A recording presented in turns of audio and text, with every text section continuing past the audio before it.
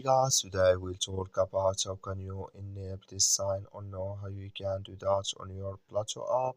We'll go to figure out the solution or know how you can do that on your app.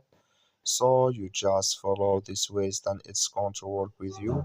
So all you have to do, you just go here, you go above your photo profile, click on it, then it's going to take you to your profile here. Then all you have to do, so you just go above this sign, click on it, then it's going to show for you a list like this here. Then all you have to do, just click here on privacy. When you just click on privacy, come to next step here, come here to hide friend request pictures, click in this sign.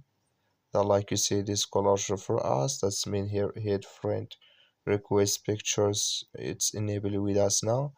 That's all you have to do. Thank you for watching. Don't forget to support us by liking.